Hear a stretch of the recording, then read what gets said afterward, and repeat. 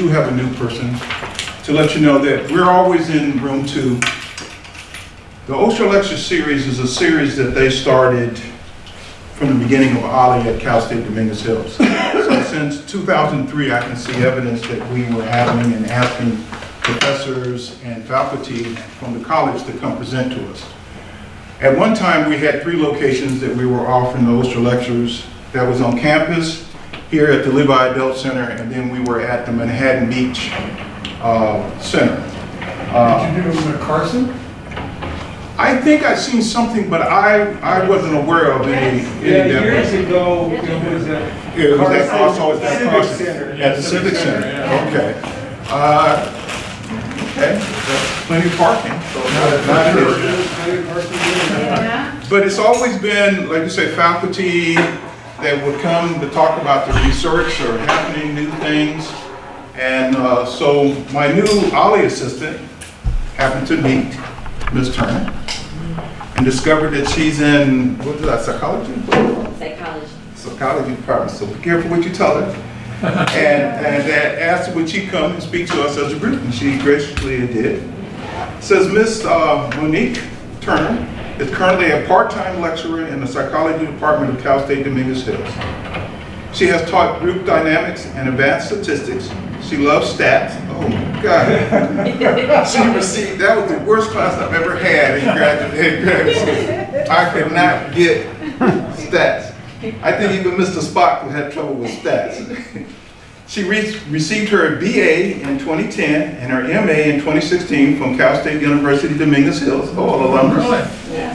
During that time, she worked on numerous scientific projects, presentations, and co-taught courses with her mentor. She is currently working on her doctorate in clinical psychology at Alliance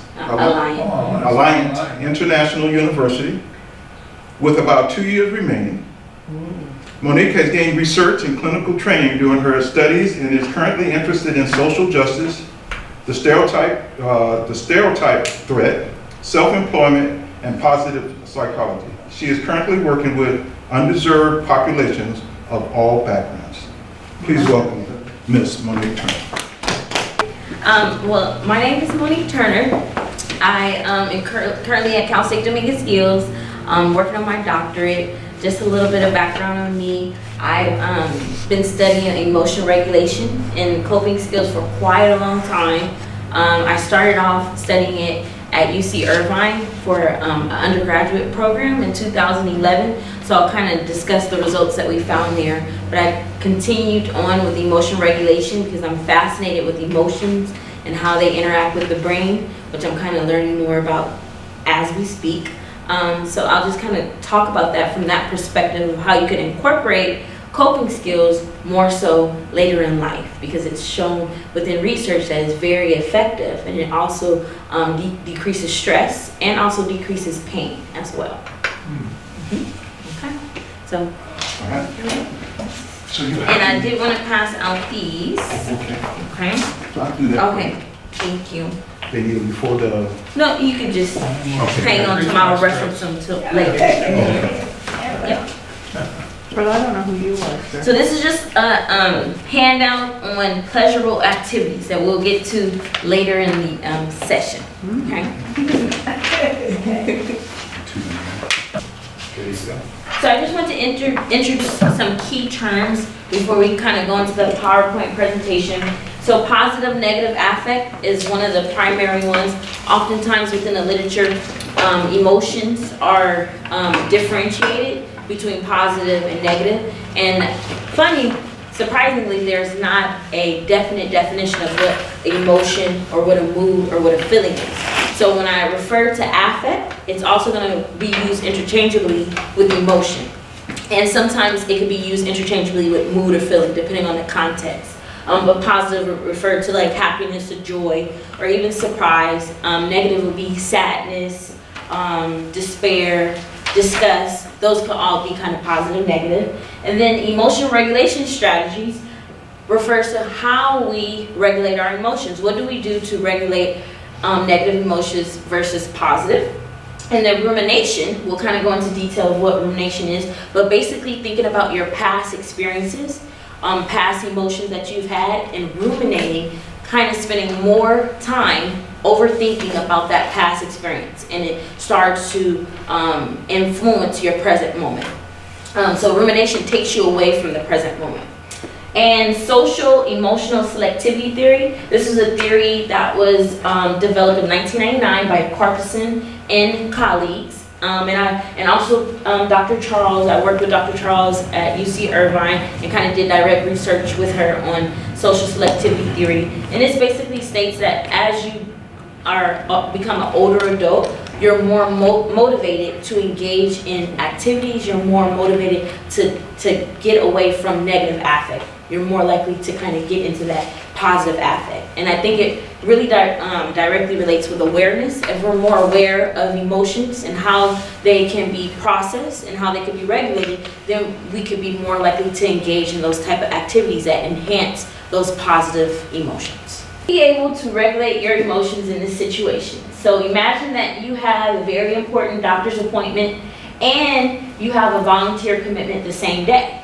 And it's at the same time, perhaps. You know, that might induce stress, or that might induce a little pressure, not knowing if you're going to be able to make the volunteer commitment, and you have a doctor's appointment, not knowing what the doctor is going to say to you, and kind of having that information that can be a little bit overwhelming for some.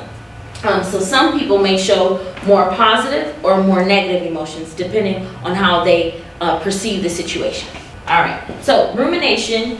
Rumination is directly related to cognitive decline. Rumination is thinking about your past experiences.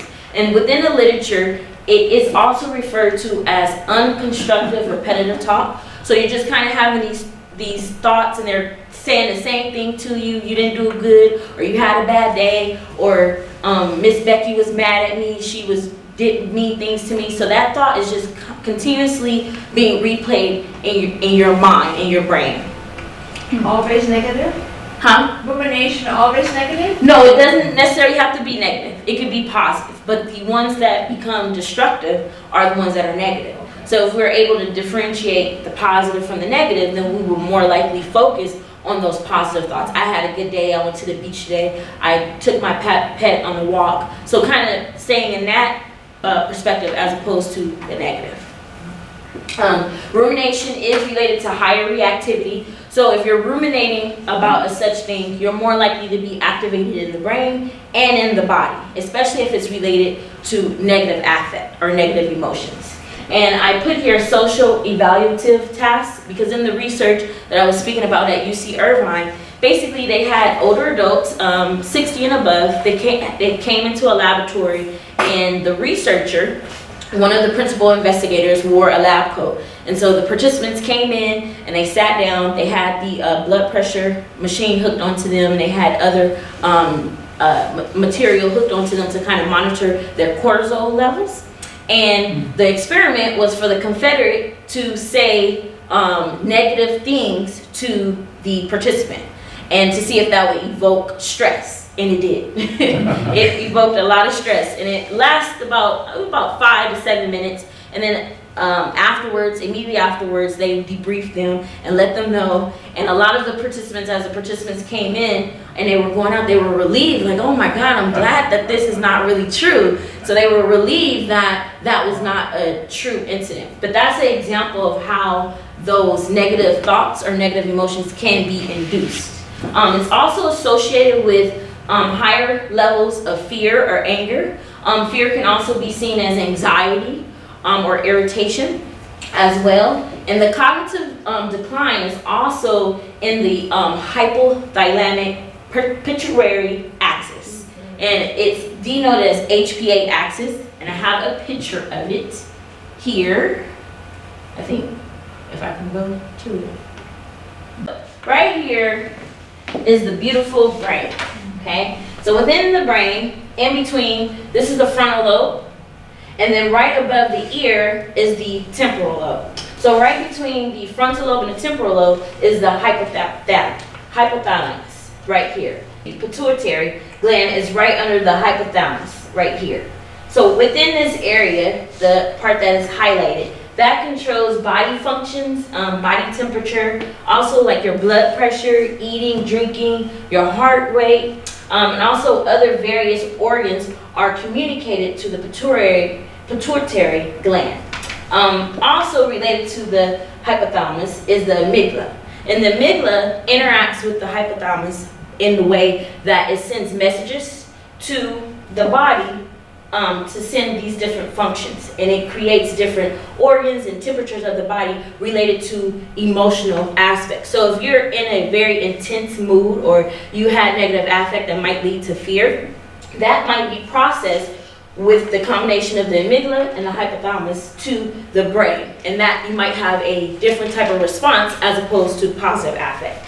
So rumination and cognitive decline, there was a study amongst 236 participants, and the average age was 70 years to 71 years old, and they assessed cognitive reserve. So cognitive reserve is seen or related to cognitive decline. The opposite of cognitive decline is to reserve the brain functionings, able to have executive functionings, able to make decisions, able to do planning. So all of that is processed in the frontal lobe. And cognitive reserve is the ability for a person to suppress symptoms related to pathology. So if they're having any issues like with depression or anxiety, or if they are having sadness, or if they're having irritation, those symptoms are usually demonstrated physically. You can see when somebody is irritated, or they're sweating, or they're nervous. So cognitive reserve is the ability to suppress those symptoms. And you're still endorsing those other symptoms in the brain, but you won't be able to kind of observe that through their observable behavior. So cognitive reserve was studied to see how it relates to rumination. And the results indicated that those that ruminated, older adults who ruminated, and also had mood components related to depression and anxiety, it accounted for a significant amount of variance for the low cognitive reserve group. So within the low cognitive reserve group, they were not able to suppress those emotions compared to the high cognitive reserve group that they were able to suppress those symptoms, even though they were experiencing pathology. And it accounted for 13 to 15% of variance, and that's pretty significant amongst a sample size of 236. So you can kind of see the relationship between cognitive reserve and rumination, and how having those thoughts and thinking about those thoughts constantly and repetitively, that can lead to a cognitive decline. And it also can affect your mood as well. Rumination, as we kind of discussed with the research, can lead to negative health outcomes. And interesting, over the last, I would say about 5 to 6 years, there's been more scientific research that utilizes older adult populations. But in the past, it was not really prevalent to use older adults. They mostly looked at rumination and cognitive decline amongst college students, because they wanted to see how academic performance can be a result of cognitive decline, or those ruminating about negative things that they did maybe a week ago, such as engaging like sexual risk behaviors or other risky behaviors that cause the college students to kind of think about those episodes after it occurred. So now research is including older adult population, that I think is very important to kind of identify what we can do to kind of regulate our emotions. So the opposite of rumination is staying in the present moment. So kind of referred to mindfulness. Have many heard of mindfulness? So staying in the present moment and being able to not judge or evaluate your thoughts and accept what is as it is today. So that's kind of the focus of emotion regulation, to help you to focus on those emotions. And negative emotions do not necessarily have to be bad. You know, you can feel sad and still be accepting of that sadness. But where it becomes destructive is that you continuously think about the sadness and what contributed to the sadness after it has occurred. So the question is, what can we do as preventative measures to kind of look and explore the correlation between rumination and cognitive decline? So, emotion regulation is defined as controlling the different types of emotions we experience. And it also refers to how our emotions are communicated and experienced. And that could be through facial expressions, smiling, gestures, eye contact, or it could be vocally, somebody communicating to you, you made me feel this way, or it could be tactile. And a lot of research has not focused on the touch and how touch can communicate emotions. But more recently, in 2009, about less than 10 years, a lot of research has focused on what can that compassion touch do for others, what can the touch of a hug do for others, and it's shown to communicate emotions in a different way as opposed to facial or vocal expression. According to theorists, a person that is able to regulate their emotions, so able to control them, express them, understand when they're coming, maybe some triggers to different emotional responses, they can increase their positive affect and decrease their negative affect. It's a great theorist, Barbara Fredrickson.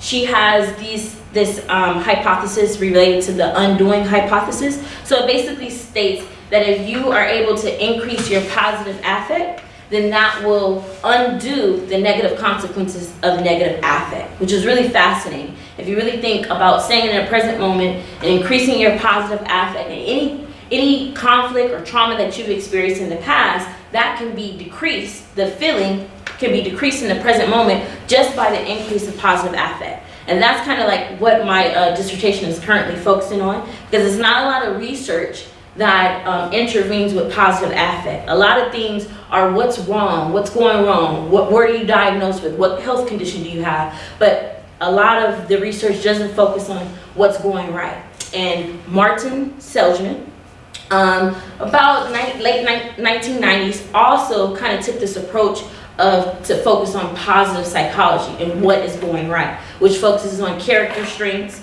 values, interests, abilities. So trying to switch the dynamics and the perspective of researchers to see if we can help people that are going through trauma or conflict, help them to get through their situation without pinpointing what's wrong with them, instead of focusing on what's right. And one of those avenues is positive affect. So the increase of positive affect in any way that you can.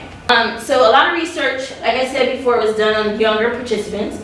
And a lot of this particular finding was not found amongst older adults, but I put it in here because it's important that if younger adults can have this experience, how can we motivate older adults to have this experience as well?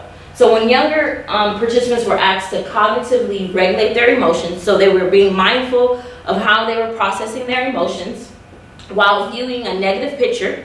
So they viewed different negative pictures kind of related to trauma or like a bomb or violence. So they viewed these negative pictures, and they were less likely to show negative affect when they responded naturally to the negative pictures. So instead of internalizing the picture, they just looked at it neutrally. Like, I'm just going to look at the picture neutrally. I'm not going to kind of develop a connection with the pictures. I'm just going to look at it neutrally. And they were more likely to not endorse negative affect. Which is interesting, right? Because in some populations, it's hard to look at the positive, especially if amongst older adults, if you're homeless or if you don't have like a lot of support, or typically within the research, as you get older, you lose people that you're close with, either to death or they move away. So you don't have those intimate relationships anymore, so it might be harder to have that connection. So focusing on your situation from a neutral perspective or even positive is more beneficial than looking at it negative of what you don't have. So there's a lack of research on older adults and emotion regulation, which was one of the reasons why I chose to do this in 2011. And just to reiterate, the social-emotional selectivity theory refers to older adults are more motivated to avoid negative experiences. So negative experiences could be confrontation, conflict, it could be anything that's related to the production of negative affect than younger adults. So as you get older, you're more likely to engage in these type of activities. So the question of the research project that we completed was, how can we relate the motivation, rather internal or external, to emotion regulation? So emotion regulation is viewed as an action. What can you do to regulate your emotions? Do you color? Do you draw? What do you do to regulate those emotions when you're endorsing negative affect? And that question was answered through this small pilot study. The pilot study consisted of about 14 participants, but it was some vital information that kind of helped direct my steps in my research that I'm doing now. So within the literature, as I stated before, emotion is not necessarily defined in the literature. It's not a definite definition, but they do identify, Carver and Gross, they identify passive and proactive emotion regulation strategies. So passive strategies are referred to not directly dealing with the situation, such as avoidance, and I put in parentheses substance use of prescribed medications, because sometimes people can use substances to avoid their current situation, and prescribed medications, people can more likely take a prescribed medication instead of dealing with the pain or intervening with a coping skill to see if their thought process, the self, can contribute to decreasing that pain instead of relying on medication to do that. So kind of working together within that dynamic. And I'll kind of go into a little bit more detail of what I mean about the prescribed medications and how that could be an avoided coping mechanism. So another example of the passive emotion regulation is disengagement. So just ignoring people or not being involved, not coming to like lectures like this or staying at home by yourself. That could be an example of a disengagement. And distraction. So sometimes if you know you have an issue that needs to be addressed with maybe your brother or sister, you just avoid any conversation with them. You bring up another subject instead of bringing up the subject that needs to be discussed. So you distract completely. So that's referred to passive. So you're just kind of letting it go by. Proactive is that you're directly dealing with the situation. So you have active coping skills. So if it's a problem, you say, okay, hey, what is the problem? What can we do to fix the problem? And you kind of talk about it, or you come up with a plan, for example. And then also emotional support can also be proactive because you're seeking support from other people. So you're not kind of doing it on your own, which would be related to that avoidance or disengagement. You're more so reaching out to friends or family to say, hey, I have this problem.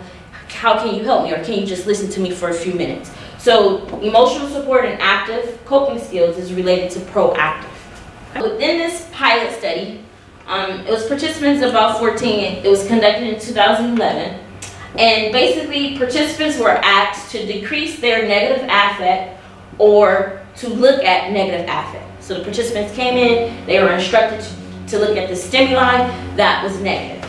And the negative stimuli was presented on an international affective picture system. So they sat down at a computer and different pictures just came by and they kept looking at it. And they were asked to decrease their negative affect or to look directly at the negative affect, okay? So the research question related to this study, how does age mediate the long-term effects of rumination when different types of emotion regulation strategies are utilized? So it went to compare the passive versus the proactive strategies. And so we had distraction as passive, and we were kind of looking at how older adults and younger adults differ within that strategy. So two groups, younger adults were 18 to 30 years old, and then older adults were 65 and older. And then we had two variables. We had the emotion regulation as one, and then we had the rumination as the other. There were no specific predictions for younger adults because a lot of the research kind of showed that they were being more proactive. But we did make a prediction that older adults will utilize less distracting coping skills than younger adults. Within the rumination, for younger adults, the prediction was that younger adults are more likely than older adults in general to ruminate, okay? Older adults, they are less likely, so we compared within subjects, older adults are less likely to ruminate than other older adults that use more distraction. So we compared low distracting coping mechanisms to high distractive coping mechanism to see if that had a difference between how much they ruminate within the older adult population. Does anybody have any questions on that? No? Okay. All right. So emotional support was viewed as proactive And these constructs, distraction and emotional support, they come from a questionnaire. It's called the Brief R-Cope. And basically it's a questionnaire that asks about different coping strategies, and it includes multiple different constructs. But we focus primarily on distraction and emotional support because within the literature, that is what defined passive and proactive. And it was really challenging to find a measure that kind of matched those definitions of passive and proactive, because everything is so subjective that if one person thinks this is proactive, it might be passive to somebody else. So we try to do our best with this pilot study to see if we can make any differentiations. So with emotional support, there were no predictions. So we just kind of used that as another group to compare to passive. Okay, so the only hypothesis was based on the distraction group. Why that the statement no predictions or making a prediction, how can that affect your results? What does it signify that you didn't make a prediction on? Oh, okay, so basically we didn't make a prediction in this instance because we knew in the literature that younger adults were more likely to use proactive, so it was kind of like the null hypothesis that it wouldn't be any different. And older adults, primarily for this study, I was focused on the passive strategies. Because within the literature, a lot of older adults do not use passive strategies, although they're motivated to do that once they get older. But a lot of research was not showing any results related to the passives. Proactive, in my opinion, can kind of be seen as negative or positive, right? But proactive is you're addressing the situation, you are engaged in the situation, right? And you're actively dealing with it. But according to the theory, right, the social emotional selectivity theory, older adults are more motivated to avoid that type of interaction. So it was a discrepancy between the theory that was created in 1999 to what the literature was proposing. So I want to kind of look at just distraction. And I love passive emotion strategy, so I focused that area. So the age groups I already gave. The initial lab session is kind of a description about when the participants came in. That's referred to the social expertise test. They came in, they saw somebody in a lab coat. They completed a questionnaire before they came into the lab and after discussion with the Confederate. So we did we did a pre and post test of the brief cope to see if their emotion regulation strategies changed over time. And then also, we followed up with them 1 week later. So sometimes it was a little challenging to kind of follow up with them. And this was a big longitudinal study that turned out to be almost 300 participants, but for this pilot study, it was just 14. So we kind of we asked them, how often in the past week did you think about or reflect on your experience with the experimental session? So we want to see if over a week, how much did they ruminate? Did they ruminate a lot or did they not ruminate? And we were comparing that rumination with passive or proactive strategies. Distraction, passive strategy. These are some examples of the items they answered on the questionnaire. So I tried to take my mind off things was an example. I tried to distract myself from bothersome things. Emotional support, which is defined as proactive strategy. I did something to think about the situation less often. I got emotional support from others. I got comfort and understanding from someone. So these 3 items were combined into one variable, and these 2 items were combined into one variable to compare. And the scale was from 1, I did not do this at all, to I did this often, to 4.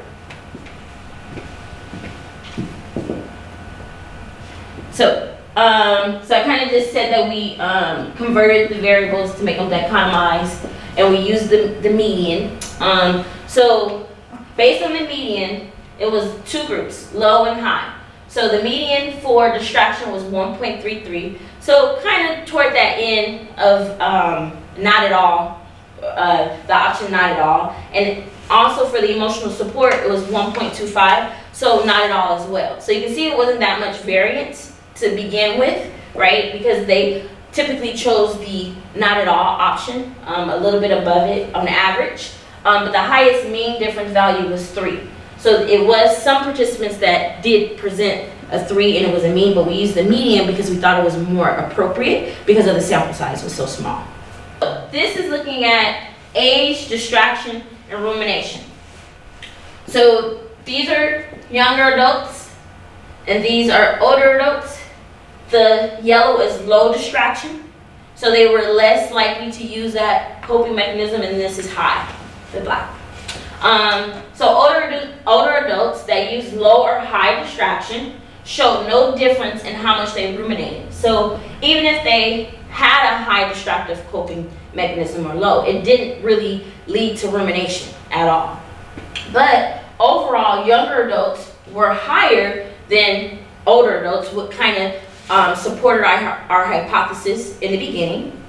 And in comparison, those in the lower distraction group, they ruminated more than those in the high distraction group for younger adults.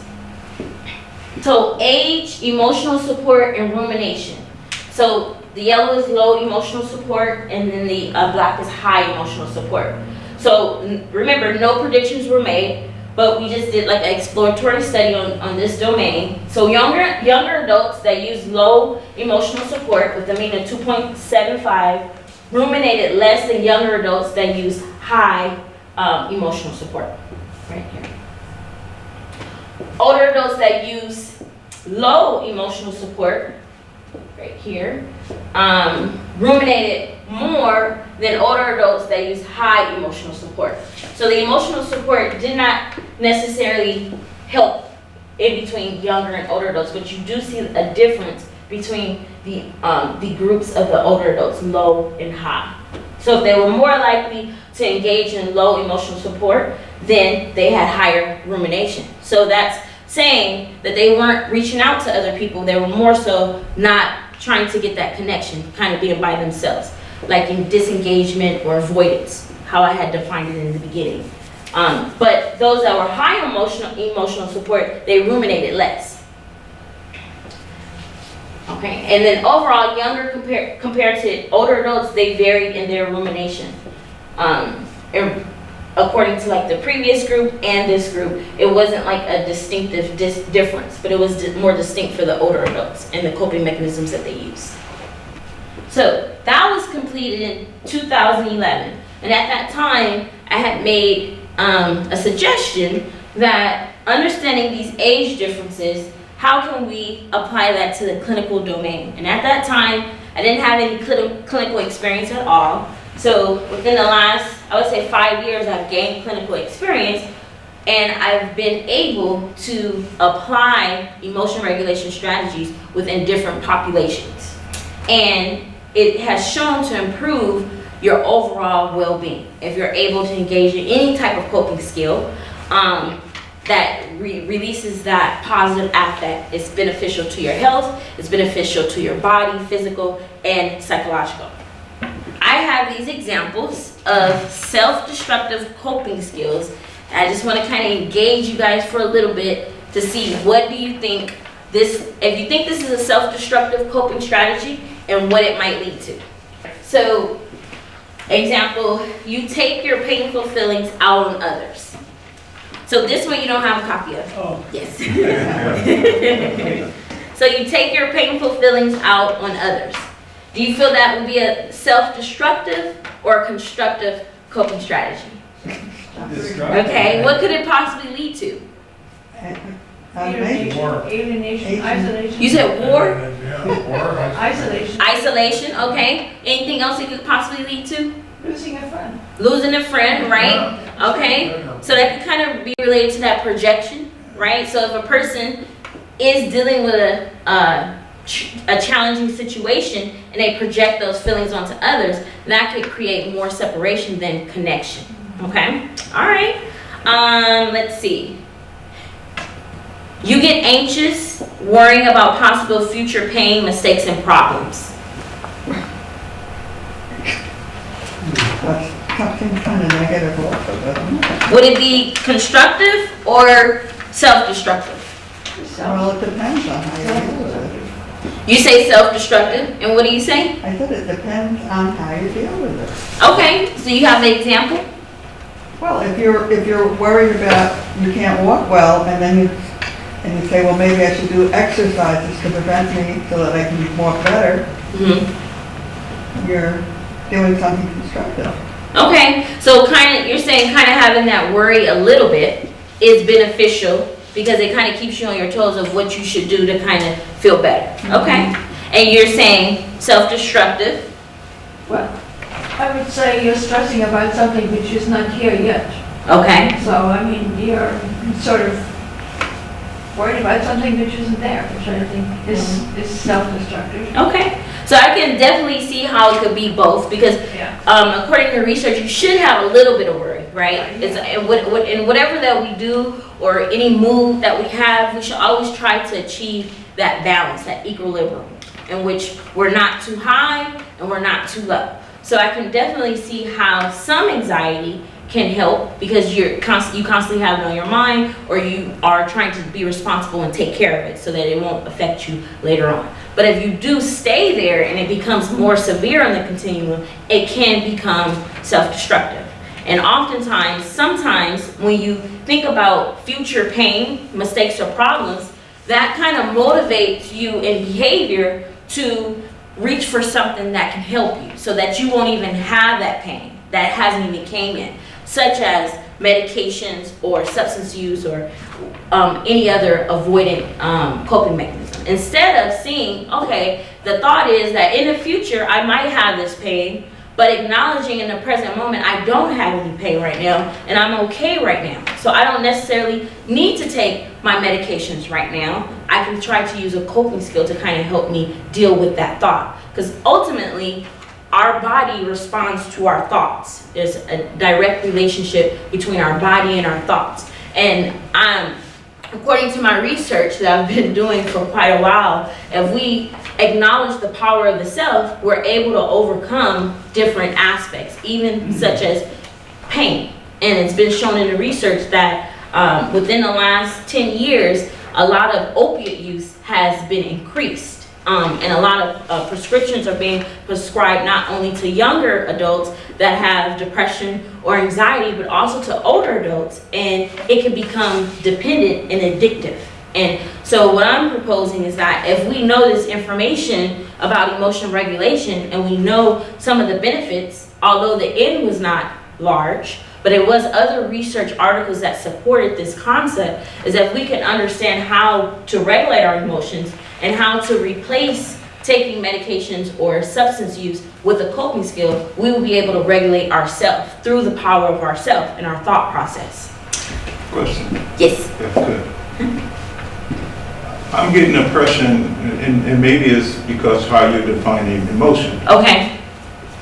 The example she gave to me is like, I would call it like preventive. These are things we have learned all our life. Not the stuff off the curb or rush hour, and I'm worried about that because I know I'm going to be in rush hour. To me, that's a preventive a tactic, something that kept us alive, all the time. So now you're saying, well, we could kind of ignore that, but that's just part of us. That's how we developed to even make it this age. You can't get this far without having those kind of thoughts. Yes, and that is a very good important point, is that you are not going to be able to survive unless you have that other thought that's kind of motivating your behavior, and it's for safety reasons. So you have to have some type of emotion, negative affect or negative emotion that kind of warns the body, and it's kind of related to that fight or flight response, and that you have that signal that yes, this might be dangerous, this might not be a good thing for me. But how do we draw the line? How do we differentiate from that is safety to ourselves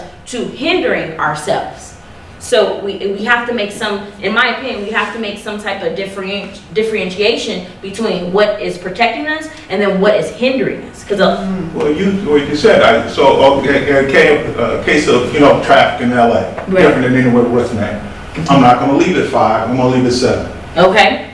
Is that type of a coping? Yes, because you are approaching it from a problem-solving technique.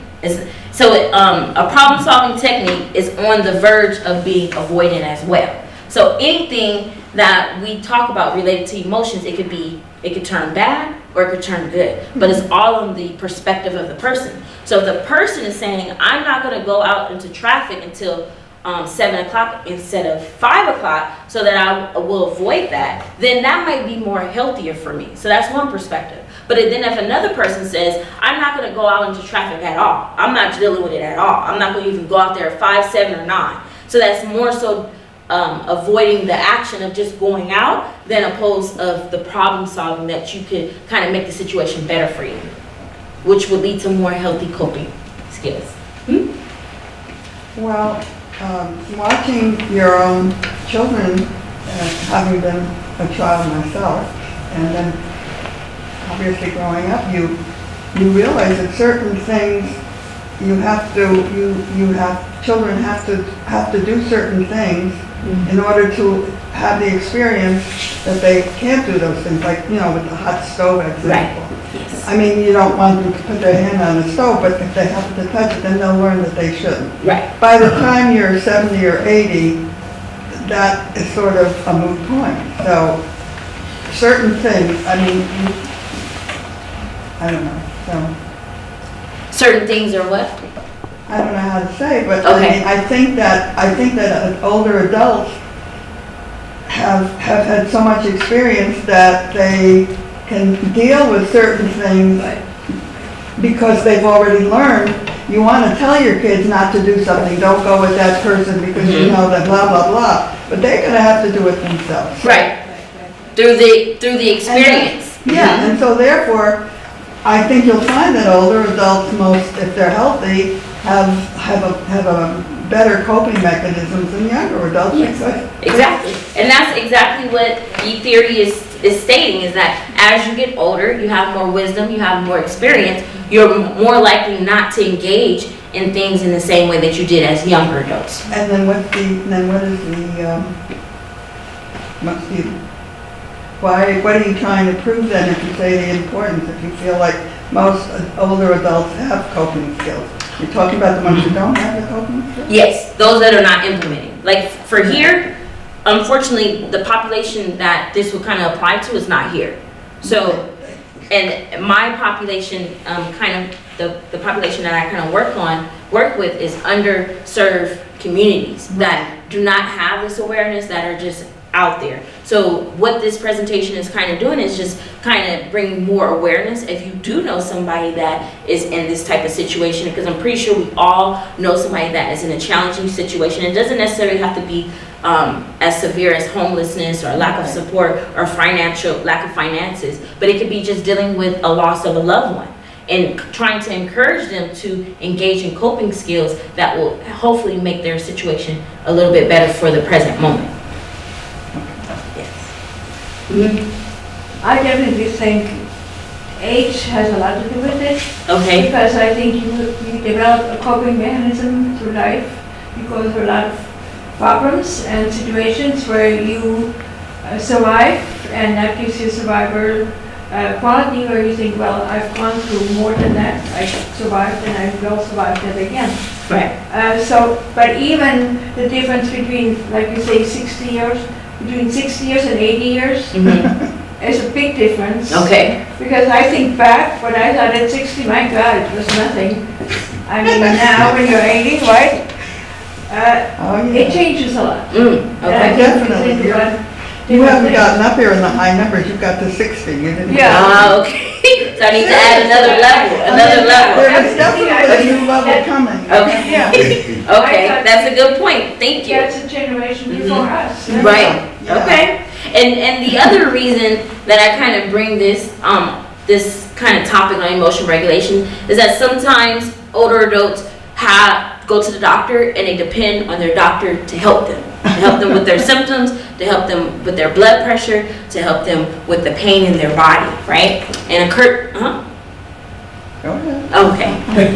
I think that because of all of the new things that are going, I think even us older folks are aware of the fact that we have to be, what's the word?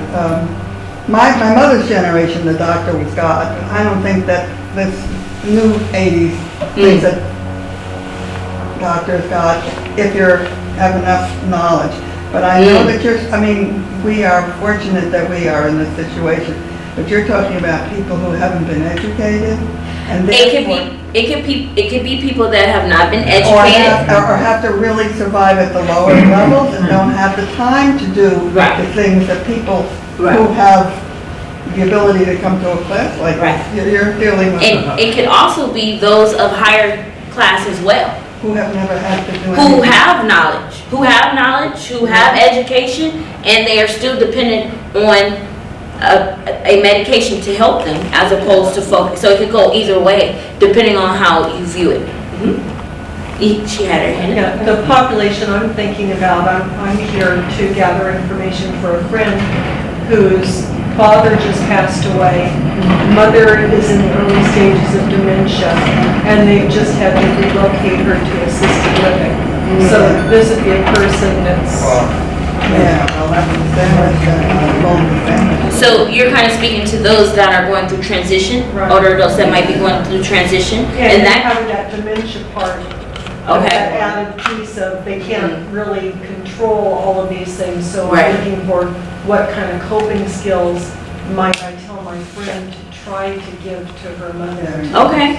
And that is why I gave up this list. Is a long list of different small activities that do not take that much time. They also don't require that much money as well. You don't necessarily have to go anywhere to do it. You could do it within your home or wherever you're staying to kind of do these coping skills. But I do want to make it a point that although within here, this might not be an issue, right? Because the population might reflect a different demographical, demographical variables, but people of the same demographical variables can have this issue despite if they're low or high SES, because we don't know everybody's problem. We don't know what everybody is going through. So we can kind of suggest like, oh, okay, if you have a high education, if you have knowledge, if you are engaged in activities, you know how to regulate your emotions. But that could be a misconception. And for this information to become made aware to people, it can help other people kind of have that aha moment, even if they're not already there. And if you're there, it's excellent that you're there. But I just do want to acknowledge that SES, ethnicity, race, where you're from, it does not dictate how you're able to regulate your emotions. But it can help you, but it does not dictate how you regulate them. Okay. All right. Let's see. So we did this self-destructive coping skills. I'm pretty sure you guys have heard of dialectical behavioral therapy, denoted as DBT, and oftentimes is used primarily for people who are suicidal or homicidal, or they have thoughts to cut themselves, self-injurious behaviors. But although it was made for that population, anybody can benefit from the coping skills because it focuses on emotion regulation, which I've kind of been talking about today, and it also talks about mindfulness. Is how can we learn to stay present in the moment despite what is going on, despite what we have to pay, despite worrying about different things in life, daily activities. How can we stay present in the moment? Because although you might be doing coping skills, right? You're able to read or you're able to reach out to others. Are you being present in the moment? Are you focusing on that present moment in that time? Taking that 5 minutes to have direct contact with that person. Taking 5 minutes to read that book and soak in the information that is being given there. Are you practicing mindfulness in the present moment? Or are you just engaging in the activity, but your mind is on the future, on the past? So I think we could learn a lot from these 4 domains that are not necessarily for the general population, but the general population can utilize them, such as interpersonal effectiveness. You know, sometimes we might get mad at our best friend and not talk to them for days, and then something might happen. You know, so how can we improve our effectiveness within our interpersonal relationships? How can we practice that positive affect and that kindness and that love? Distress tolerance. We all go through things. You might get mad at your daughter or your son for not doing what they were supposed to do. How can we practice not being upset with them? So that relates to distress tolerance. And they created a DBT workbook, and it was by McKay, Wood, and Bradley in 2007. So they have different activities in there that you could do. This comes from that workbook that I copied out, and it just has a list of different pleasurable activities, also denoted as coping skills. So if you guys could take a look to see which ones you are already incorporating and maybe share with us which ones you guys enjoy to do. I don't have a pen. A pen? They're in my car, I'm sorry. Okay. Okay. Sit down, bring tea. I have to walk too. Just a minute. Do any pop out? Anybody? And some of them are not necessarily, see, that's why I kind of speak to that balance, because some of them can become destructive if you don't have a good balance, such as buying something on the internet, right? You're at home, you're always spending money on the internet. That could become destructive, right? Going out for something to eat could be a coping skill, but if you do it too often, it could hurt your pockets, or it could be unhealthy for you. So, and whatever that we do, we always have to have a balance. And that is the whole purpose of this presentation, is that if you are able to regulate your emotions, that's great. But be mindful that if you do too much of something, or you do too little of something, that can also be destructive. But it won't be as severe as a person that does not have any coping skills at all. So mine is tennis. Tennis, okay. Do you go I imagine weekly? whoever, I used to go when I was really semi-retired, I go probably 2 months. Because I was learning. Okay, started really late in life. But I call it my therapy. Yeah. It would take my mind off of all the things. Then if I was really negative, I'd hit the ball there, I would see their face as I'm beating the ball on the wall or something. With tennis, the whole process was just fun. Okay, good. Tennis, any other sports, swimming, aerobics? Walking, okay. And then yoga and relaxation Okay, good. therapy. And yoga relates to mindfulness as well, being present in the moment, paying attention to your body, what you're feeling. Knitting is a really good Oh, yes. when you're Yes. And very creative, too. also adult coloring something. Just Yes. Recently, which is very fun. Yes. They make fun of it, but adult coloring is It's so fun. It's so fun. Uh-huh. I think volunteering is a great thing. Yes. Yes. Talk to other people and I'm doing that.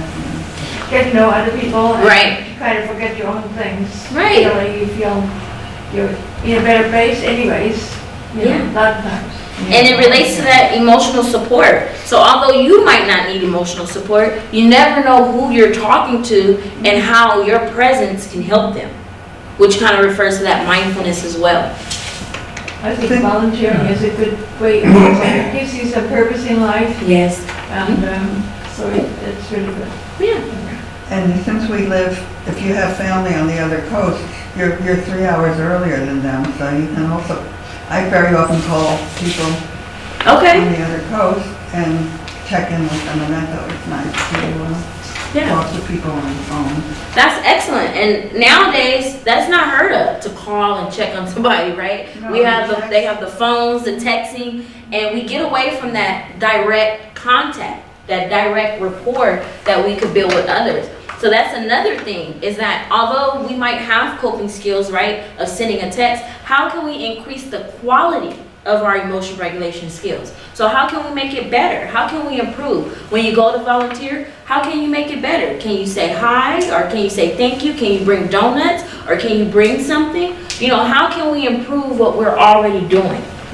And as much as I dislike all of the things that are going on with the cell phone, FaceTiming your grandchildren Oh, is a yes. very, very happy Yes. thing to do. Very. Yeah. Okay. Any others from anybody? No? Okay. The biggest negative I see Uh-huh. is watching TV for me. Watching TV. TV was really bad Yeah. for me. Okay. Because it kept you in the home. Mm. You wouldn't go out. And then what you gotta watch for the music, which is all negative.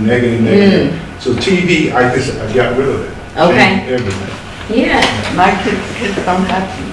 Oh, so you can see how that's the social media or technology can kind of be positive or negative. It's depending on how you perceive it and what's good for you. And it's all subjective to the person. And I think this one, I'll turn this back off for a minute. So this is kind of what I was speaking to, is that sometimes the influence of substance use or even taking medications can kind of divert you from the self and you being able or even thinking that you're able to cope with the situation as opposed to taking your prescribed medications. Because a lot of people, I work in also work at a substance abuse facility, and it's inpatient and then they transfer to outpatient, and it's like a 6 month to 9 month program. And a lot of times they come in because they've been addicted on opiates or ecstasy or cannabis, whatever the drug of choice is, but they have stopped taking that substance and they're having depression or anxiety or social anxiety. They're worried about what other people feel about them, but they don't want to take a medication. They don't want to take a medication because they don't want to get addicted to the medication as they got addicted to the substance, which is kind of the reverse, because if ultimately the medication is there to help you to stabilize, to help you to kind of interact with your body, but it's a collaborative approach. So it takes the self, utilizing coping skills, and also using an external source such as medication or therapy or social support to kind of bridge it together. And I think if we have this perception and other people have this perception, they're more likely to engage and distract on something that might be a little bit more healthier, especially if they feel they could do it without the medication, but I'm just going to take the medication because I know it's there. It's different from actually needing the medication and not being able to stabilize on it. So I think it's really important that we make that distinction, because a lot of people are not aware of that. And you can become addictive to it, and it can relate to cognitive dependence. So if you're taking medication for 6 to 7 years, your mind is trained that I'm going to take my medication even before you have the pain or when you think you're about to have the pain. But sometimes it's just what's in the mind, and being able to incorporate behavioral techniques and psychological techniques can help you to focus more in on the self, that you don't necessarily need it as much as you think, but in some cases you do. So it is a fine line, right? It is a fine line, but a lot of research has been conducted by Garnell, 2017. He does research at, I believe, Johns Hopkins University, and he does a lot of, I recently went to the San Diego Psychological Association in San Diego, and the conference was focused on substance use. So he had a lot of research on substance use and how it's impacting younger adults, right? And it's surprisingly decreasing for adolescents of when they begin using substances, and it's getting more prevalent as you get older and older. And the most predominant substance is opiates. So just to kind of keep that in mind is that although our bodies might need it, we can also try to focus on the self to help ourselves get through different situations so that we won't become too dependent on any type of source but ourselves. So yes. I have a question. Yes. I think with the medication, that really bothers me to a degree, because it seems like the expectation of life. And I look at some of the younger people, and I think life is painful sometimes. You have situations, you have to bear up with the pain and take it. And I think the way we were brought up, at least I was brought up, you didn't get a pill or something like that right away for every little bit of pain. Nowadays, even the babies already get medication, and I think your body has the ability to fight some things if you know it and if you train your body to it. Yes. And I think I look at it sometimes in some of these young people, they expect the world to be rosy, and it isn't. You have your pain, and you're going to have to wade through it whether you like it or not. Right. And I think that is something which, I mean, I really feel with a lot of young people. It's hard for them, I can see it. Because from small on up, already, all you have to do is give you a little aspirin, give you a little that. You know, I mean, it's just one of those things, you're not expecting it, and by the way, you have to have something for it. Right. You don't activate your own body. I mean, this is something that really bothers me sometimes when I look at it. I don't know. And it kind of relates to that thought process of fix it, fix me, Yeah, can I get, yeah. fix me, can you help me, I have depression, Right, fix me. right. And a lot of clients come in from that perspective, it's like, what can you do to fix me? But as a therapist, you're supposed to guide the client, you're supposed to guide them to what they decide. Themselves. And, ultimately, each individual, we know what's good for us, or we have an idea what's good for us, but sometimes it's clouded and it's blocked by other things. And the therapist, counselor, that's their job, or even teacher, or educator, or leader, whatever role that you're in, you have that responsibility, and you also have that great opportunity to help that person come to their self. And one of those mechanisms is emotional regulation, is how you deal with it. Okay. Any questions? This is my little quote. We have the power to overcome anything with the self. The self is so powerful. Yes. I'm reminded of the ad, that I don't think it's still on, of the little kid. They wrap him with toilet paper so that he's protected so he won't hurt himself when he falls. And that was on for a few years. I guess they were advertising the toilet paper. But that whole concept of having to shelter, well, that's the same idea as not letting them get near a radiator because they might burn themselves. And so it is difficult to, there are certain years when you have to guide a child. Right. And if they don't get guided at that point, that leads to a lot of other problems, and maybe that's something, Right. of course, that can happen. And I honestly think that the older adult population has the wisdom and the skills and the knowledge to teach that to the younger adults. So that's another reason why I bring this presentation, is that oftentimes the younger population is so resistant to parents that are not that far away in age, maybe Right. like 10 years, right? And then they have that resistance towards peers. But when you have an adolescent and an adult, the respect is more so there.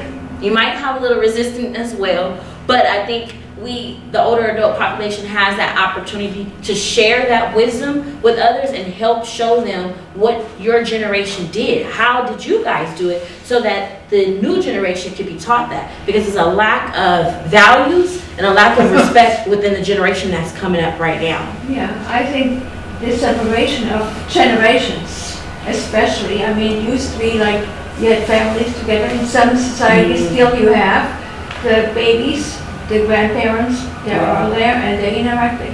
And I think I felt with my children, I grew up where my parents were someplace else in Europe. I had nobody.